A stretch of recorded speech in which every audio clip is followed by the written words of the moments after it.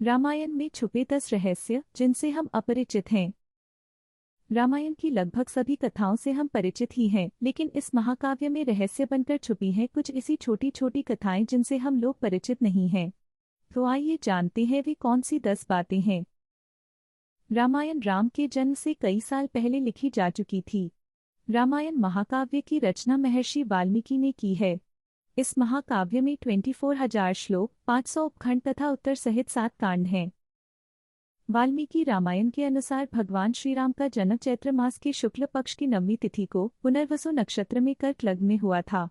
उस समय सूर्य, मंगल, शनि, गुरु और शुक्र ग्रह अपने अपने उच्च स्थान में विद्यमान थे तथा लग्न में चंद्रमा के साथ गुरु विराजमान थे। यह सबसे उत्कृष्ट ग्रह दशा होती है। इस घड़ी में जन्म बालक अलौकिक होता है। जिस समय भगवान श्रीराम वनवास गए उस समय उनकी आयु लगभग 27 वर्ष थी। राजा दशरथ श्रीराम को वनवास नहीं भेजना चाहते थे, लेकिन वे वचनबद्ध थे। जब श्रीराम को रोकने का कोई उपाय नहीं सूझा तो उन्होंने श्रीराम से यह भी कह दिया कि तुम मुझे बंदी बनाकर स्वयं राजा बन जाओ। रामायण के अनुसार समुद्र पर पुल बनाने में 5 दिन का समय लगा। पहले दिन वानरों ने 14 योजन, दूसरे दिन 20 योजन, तीसरे दिन 21 योजन, चौथे दिन 22 योजन और 5वें दिन 23 योजन पुल बनाया था। इस प्रकार कुल 100 योजन लंबाई का पुल समुद्र पर बनाया गया। यह पुल 10 योजन चौड़ा था। 1 योजन लगभग 13 to 16 किमी होता है। सभी जानते हैं कि लक्ष्मण द्वारा शूर्पणखा की नाक काटे जाने से क्रोधित होकर ही रावण ने सीता का हरण किया था, लेकिन स्वयं शूर्पणखा ने भी रावण का सर्वनाश होने का श्राप दिया था, क्योंकि रावण की बहन शूर्पणखा के पति विद्युतजिह्व का वध रावण ने कर दिया था। तब शूर्पणखा ने मन ही मन रावण को श्राप दिया कि मेरे ही कारण तेरा सर्वनाश होगा। कहते हैं जब हनुमान जी ने लंका में आग लगाई थी और वे एक सिरे से दूसरे सिरे तक जा रहे थे तो उनकी नजर शनि देव पर पड़ गई। वे एक कोठरी में बंधे पड़े थे। हनुमान जी ने उन्हें बंधन मुक्त किया। मुक्त होने पर उन्होंने हनुमान जी के बल बुद्धि की भी परीक्षा ली और जब उन्हें यकीन हो गया कि वे सचमुच में भगवान रामचंद्र जी के दूत हनुमान जी हैं तो उन्होंने हनुमान जी से कहा कि इस पृथ्वी पर जो भी आपका भक्त होगा उसे मैं अपनी कुदृष्टि से दूर ही रखूंगा, उसे कभी कोई कष्ट नहीं दूंगा। इस तरह शनिवार को भी मंदिरों में हनुमान चालीसा का पाठ होता है तथा आरती गाई जाती है।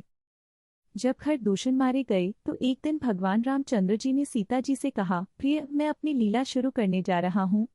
खरदूषण मारे गए। शूर्पणखा जब यह समाचार लेकर लंका जाएगी तो रावण आमने सामने की लड़ाई तो नहीं करेगा बल्कि कोई न कोई चाल खेलेगा और मुझे अब दुष्टों को मारने के लिए लीला करनी है।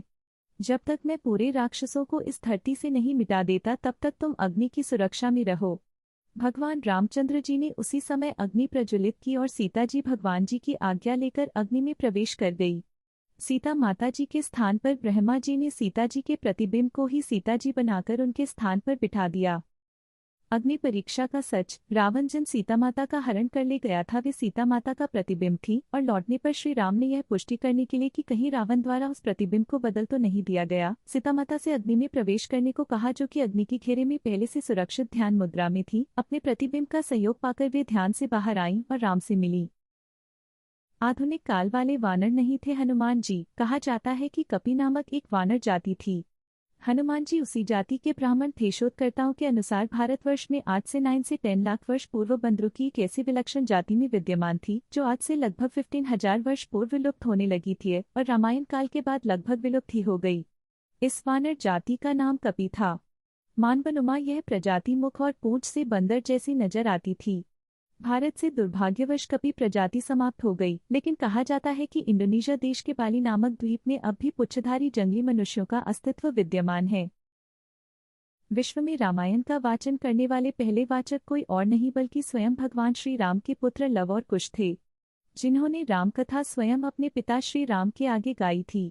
पहली रामकथा पूरी करने के बाद लव कुश ने कहा भी था, हे पितु, भाग्य हमारे जागे, रामकथा कही श्री राम के आगे।